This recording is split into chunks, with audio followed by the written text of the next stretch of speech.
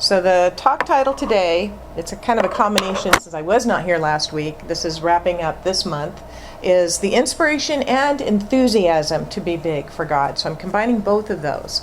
And it shouldn't take more than 2 or 3 hours. Our theme, if you weren't here before to hear that, is inspired by the song that we sang this morning, which was by Cerise Pitron, and it's titled Be Big for God. And by being big for God, we mean speaking out for love, shining our lights brightly, living loud without regrets, breaking free of fear and doubt, and saying yes to our good, because we have to say yes first. Before the universe can say yes, we have to say yes. And living in harmony and being that catalyst for change. And those are just a few ideas of how we can be big for God. And all of these ways of being in big ways, to be big for God are just so, it's a good place to place our attention and intention. So this month we're exploring how the roots of our Science of Mind teachings first invite us into being big with God, with a luring, with a calling, with an inner nudge. And Ernest Holmes said it so clearly in the basic ideas of Science of Mind. He said, there is something within us all that constantly pushes us forward, which demands continued progress. We can't stay still, can we? It is what keeps us going ahead because it is what we are, demanding expression. We must be moving forward into a higher and more satisfying spiritual nature. And we explored the invitation, the inner nudging to be big for God, the first Sunday of the month. Next, our teachings instruct us on precisely how to move into that bigger place and space and place. And 2 weeks ago, because we had Rod as our guest speaker last week, we looked at the 5-step instructions for being big for God. Our teachings inspire us, motivate us to want to go there. And that's what we're going to do. That's where we're going today. And a little bit later, we'll explore how our teachings infuse us with enthusiasm for living in this larger, more profound, more on purpose, bigger way, which will then give us the fortitude to keep moving forth, even when life doesn't go as we planned, and even when we get disappointed or scared or frustrated, or you fill in the blank. But first, let's explore the inspiration found in our teachings for being big for God. And I always love looking at the etymology of words. So I researched. I like to look up what the basis of the word inspire. What does inspire? Because I always thought, does it mean like, spirit within, inspire, kind of in spirit kind of thing? And I found that it comes from a Latin term and it's a compound word made up of the word in, meaning inside or into, and the verb spire. I can't speak Italian or Latin, but spirare, meaning to breathe. So spirare means to breathe. So inspirare means to blow or breathe into. So in spiritual doctrine, it came to mean divinely breathed into. We've seen pictures of God breathing life, right? So literally, to be inspired is to have God breathe us. I think that's just beautiful. God is breathing me. So I love the words of Ernest Holmes in The Science of Mind. He says, we can be certain that there is an intelligence in the universe to which we may come that will guide and inspire us. So when we don't know what to do, we can turn to God. Or said another way, we can be certain that there is an intelligence in the universe to which we may come that will guide and breathe itself into us. It will guide us and breathe itself into us so that we might not just speak out for love, but be a strong, powerful voice for the healing power of love. Not just shine our lights, but ramp up the wattage of our internal lights so that we glow.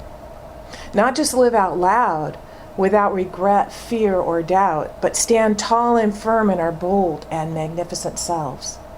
Not just say yes to our good, but outstretch our arms and welcome the pouring forth of the abundance of the universe into our experience. Who's ready for that? I'm ready for that.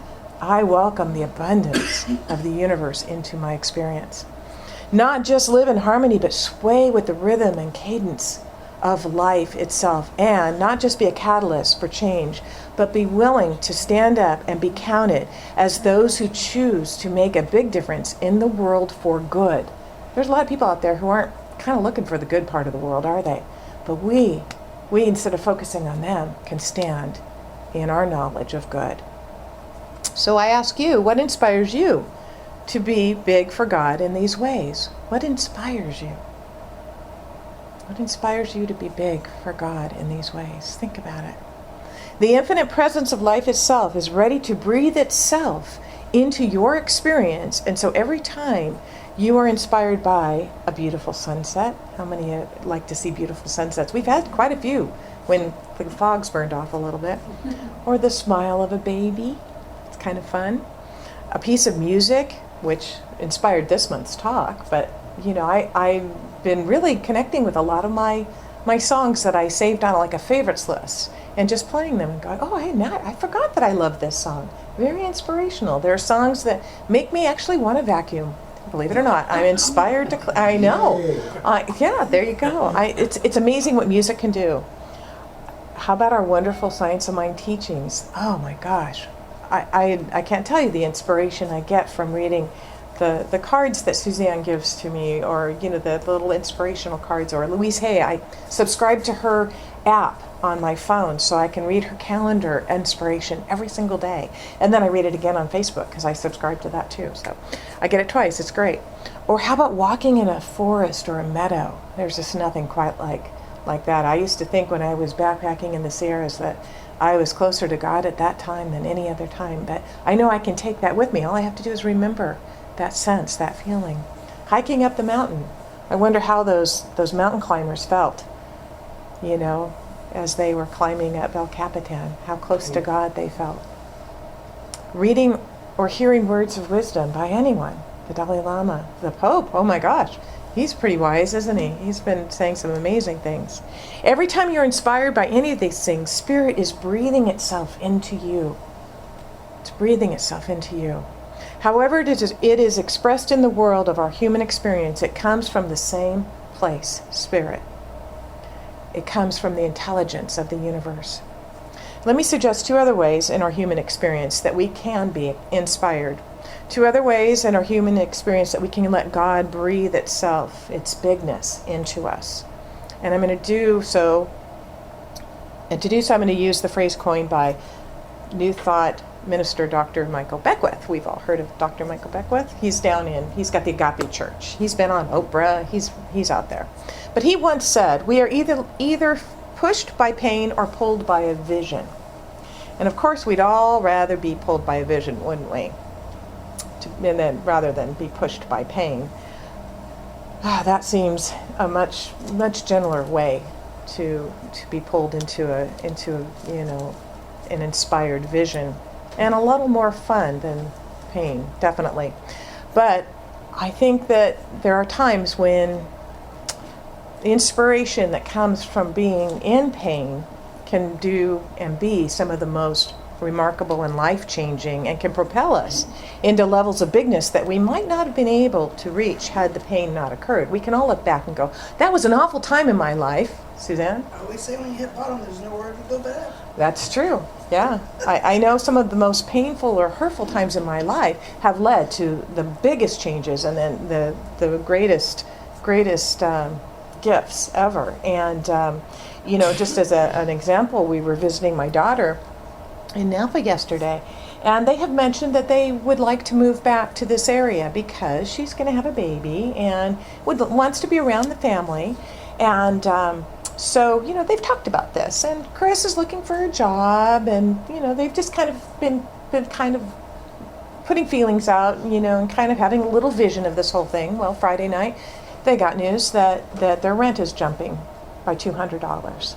Well, when you're going to have a baby, and you're going to be off work, and you're going to have childcare, and you're going to have more insurance expenses, a $200 increase is very frightening. And so this is that scared, you know, thing that may, and I said, this is a gift, my dear. This is what is propelling you into making that decision, what it is you want to do. And great things are going to come from it. I just know it. She knows it too. She was raised in this teaching. She knows it too. But when you're in the midst of it, it helps to have someone else know it for you. And so that's my job. That's a practitioner's job. So if you're ever in that area where you just don't know and you're kind of paralyzed by that fear, that's when you call me, and I can know the truth for you, because that's what we do. So we've all been there, haven't we? We've all been in that situation. Holmes acknowledged this phenomenon when he said, we give intelligence outlet in two ways: by pure inspiration and intuition, that's the vision part, or the way of the bitter experience, that's the pain part. And with most of us, it's through the latter. And one thing, and of course, remember, he wrote this back in 1926, so I'd like to believe that maybe it's not most of us anymore, that we've evolved in consciousness, that, it's like we're not motivated by that pain as much anymore. It's like, okay, we got that lesson. We'll go the easier route. We know this. We can make those choices. And one thing to remember is that when we're pushed by pain, fear, doubt, being mesmerized by conditions that are out there and circumstances, or however we want to describe it, we can be inspired by those who have walked a similar path before us, because we all know people who've risen above, don't we? A friend of mine was facing a huge medical bill after she was a minister, so she's in this teaching, and she was facing a huge medical bill. Her husband had open heart surgery, and their share after insurance, they got all these bills. There was $200,000. That's a lot of money. And her first thought when they got the bill, to call Mary Morrissey, because this is a woman, a minister as well, who had faced a multi-million-dollar debt when her center up in was it outside of Portland? Bend, Oregon. Yeah, Bend, Oregon closed, and it was in Oregon. And she had some issues with that, and she took this debt on. She personally took this debt on, and a portion of every penny she makes to this day goes to pay that off. That's pretty astounding. It's like, you're not going to be afraid of that. So, she's prospering, she's flourishing, she's very famous and does very well, and she's just a lovely, lovely. You can sign up on her Facebook as well to get inspirational, and emails too. She's just a lovely lady, very inspiring. So they wanted to be inspired by her. They wanted to learn from her. And we can completely and totally stand in the knowing that whatever the experience we might have that appears financially catastrophic will cause us to outstretch our arms and welcome the pouring forth of the abundance of the universe into our experience, which is one of the ways I described earlier as a way to be big for God. And then there's always the gentler and, of course, very effective inspiration that comes from being pulled by a vision. And I am so pulled, and I know Suzanne is, and everyone here really, because this place would not be here without the vision of everyone here. I'm so pulled by the visioning that we are continuing to do right here in our center to create a warm and welcoming place for people who are seeking, who want to learn more and to grow. And, we're looking for ways to celebrate the presence of Spirit in everyone we meet. We're looking for ways to provide the space to transform lives, offering classes and book studies and workshops, and creating that welcoming space for all members of our community and beyond to come and learn and grow and share their wisdom. This is such a great vision that we're holding on to. And these are ways that I want to be big and bigger for God in 2015. So the first Sunday of this month, if you were here, you identified some of the ways that you want to be big for God. How can you let them inspire you into action, into choices, into ways of thinking, into decisions, into ways that you relate to the world? Go back and review that list and let your own vision for yourself pull you and inspire you into being big for God. Ernest Holmes wrote in The Science of Mind, let us feel that our purposes are animated and inspired from on high, and then let us go forth and make our dream come true in human experience. And with an invisible intelligence to guide and an immutable law to direct, let us take our place in any legitimate activity and thus cause our dreams to come to full fruition. In Spiritual Awareness, he wrote, in moments of real inspiration, we realize, at least to a degree, that God is all, the life in everything and the love through everything. The life in everything and the love through everything. So now that we're inspired to be big for God, how do we go about being infused with enthusiasm to be big for God? How do we do that? How do we get that excitement going?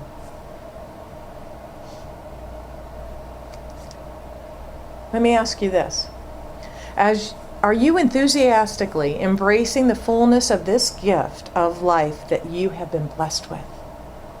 Are you enthusiastically embracing the fullness of this gift of life that you have been blessed with? Are you passionate about the idea of coming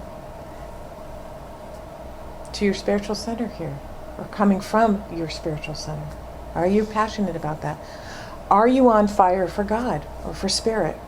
I once heard a minister say that that our job as ministers on a Sunday morning is to set ourselves on fire and then let the congregation watch us burn.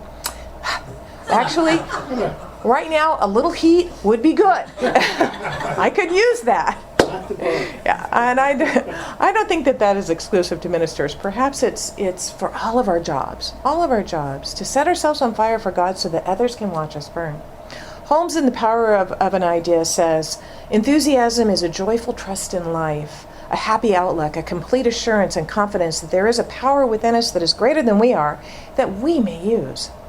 It should be our purpose to awaken this joy in us again and again and enter the game of living, not sitting on the sidelines as though we were isolated, but on the field ourselves. It is God's enthusiasm and becomes ours on acceptance.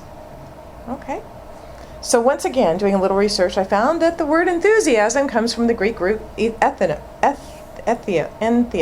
literally, to be filled with God. Ah, isn't that great? Entheos. Enthusiasm, to be filled with God. I love that. If you are not infused with this kind of enthusiasm for your own personal vision for being big for God, then this morning, I want to ask you, what's up with that? Come on, we're all divinely gifted. Let's tap into that enthusiasm. This is a time to really take notice and wake up. So we're at the end of the first month. We have 1 week left, right, of this month. It ends on Saturday. And then this month is gone for the rest of it, for 2015. Do you want to be here next year saying, well, just the same old, same old? One time at a Selimar, we had a speaker who said, how many of you have been coming here for, 5 years, 10 years, 15 years? The people raising their hands. How many of you still have the same problems that you had 15 years ago? Hands went up. He says, then you're not listening because this is what we're about. It's making, and you don't have to do anything big. We're talking about small steps. What one small thing can you do that takes you one step closer to your goal? One step closer. Do we want to look back on this year and say, wow, what an adventure God had, the adventure God as me had this year? That's what I want to say. What an adventure God had as me this year. I went to heights I didn't know I could go to. I had experiences I never thought I could have. Good flowed into my life richly and abundantly. I served in deeper and fuller ways. I loved more profoundly than ever before, and I shone my light so brightly that people around me had to put sunglasses on. I absolutely love what George Bernard Shaw wrote about life. He said, this is the true joy in life, the being used for a purpose recognized by yourself as a mighty one, the being a force of nature instead of a feverish, selfish, little clod of ailments and grievances complaining that the world will not devote itself to making you happy. I am of the opinion that my life belongs to the whole community, and as long as I live it, it is my privilege to do for it whatever I can. I want to be thoroughly used up when I die, for the harder I work, the more I live. I rejoice in life for its own sake. Life is no brief candle for me. It is a sort of splendid torch which I have got hold of for the moment, and I want to make it burn as brightly as possible before handing it on to future generations. Now that's a beautiful way to describe being infused with enthusiasm for being big for God. Wouldn't you say?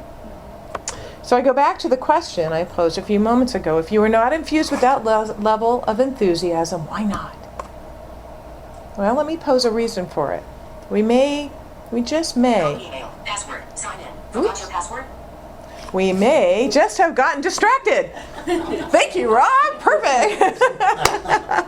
And how many of us get distracted with our phones and our iPads and our Facebooks and, oh yeah.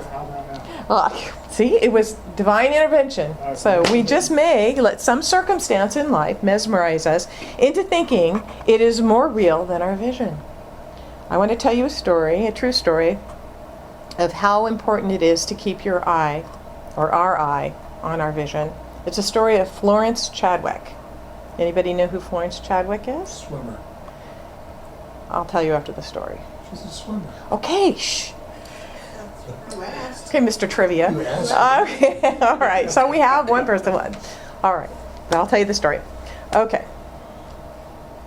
When Florence looked around her, she saw nothing but a solid wall of fog, kind of like what we see when we wake up in the morning right now, right? Okay.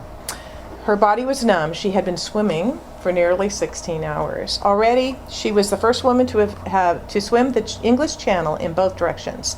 Now at age 34, her goal was to become the first woman to swim from Catalina Island to the California coast. On that 4th of July morning in 1952, the sea was like an ice bath, kind of like this room right now. And the fog was so dense, she could hardly see her support boats. Sharks cruised toward her lone figure. Thank you.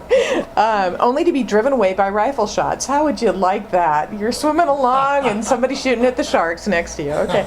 Against the frigid grip of the sea, she struggled hour after hour while millions watched on national television. Alongside Florence, in one of the boats, her mother and her trainer offered encouragement. They told her it wasn't much farther, to hang in there, to keep going. But all she could see was the fog. They urged her not to quit. She never had until then. With only a half mile to go, she asked to be pulled out of the water. Still thawing her chilled body several hours later, she told a reporter, "Look, I'm not excusing myself, but if I could have just seen the land, I might have made it." It was not fatigue or even the cold water that defeated her. It was the fog. She was unable to see her goal.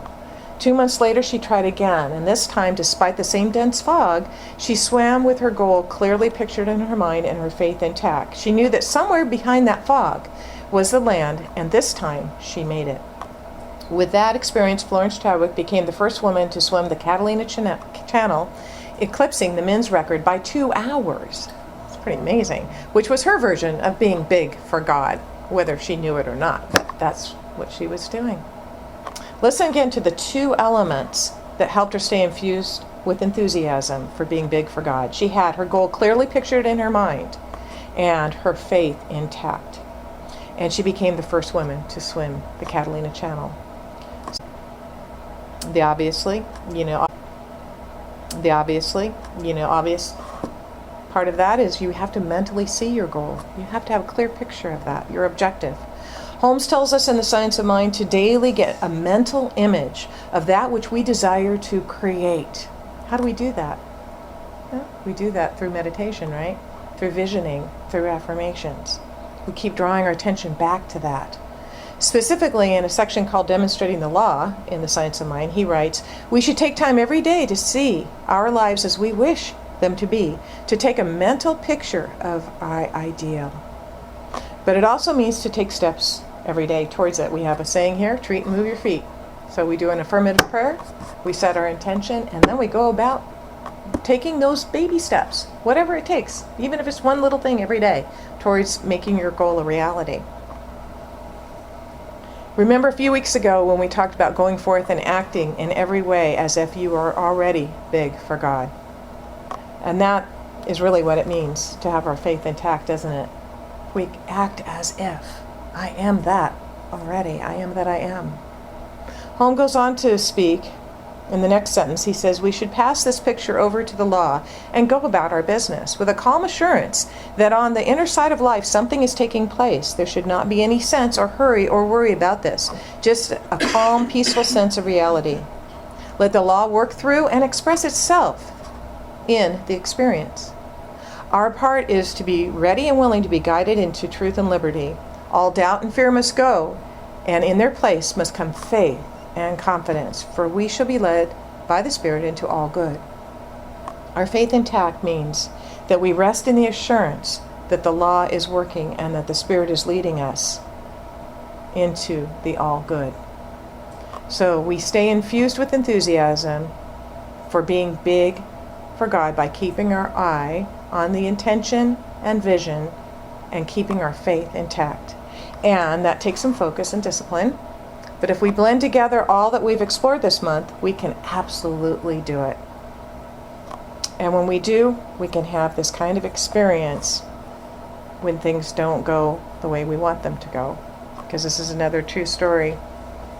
And I don't know that I'm going to share this story. Oh, come on. You want me to share it? Okay. All right. I've shared it before, but some of you might not have heard it. Okay. Because sometimes things don't go the way that we expect them to go. So this is February 20th, 1816, in Teatro Argentina, an opera house in Rome. Opening night of the opera, The Barber of Seville. It was badly received. Very, very badly received. Hisses and boos followed the fall of the curtain. The prima donna was in hysterics. The leading man talked about suicide. And when they looked for the composer, Rossini, they couldn't find him. They were all worried that he would destroy himself. They rushed off to look for him and found him sleeping peacefully at home. They woke him up and said, "Maestro, are you all right?" He says, "I was having a nice sleep before you woke me." They said, "But the opera, it was a fiasco." "Evidently, the barber is not good enough, so I must compose something better." Wow, that's all. That is all, he said. "We will discuss that in the morning. Please let me sleep." Wow, pretty amazing. As any opera buff knows, the barber turned out to be an immense success, playing steadily for almost 200 years, and Rossini, a prolific composer nicknamed the Italian Mozart.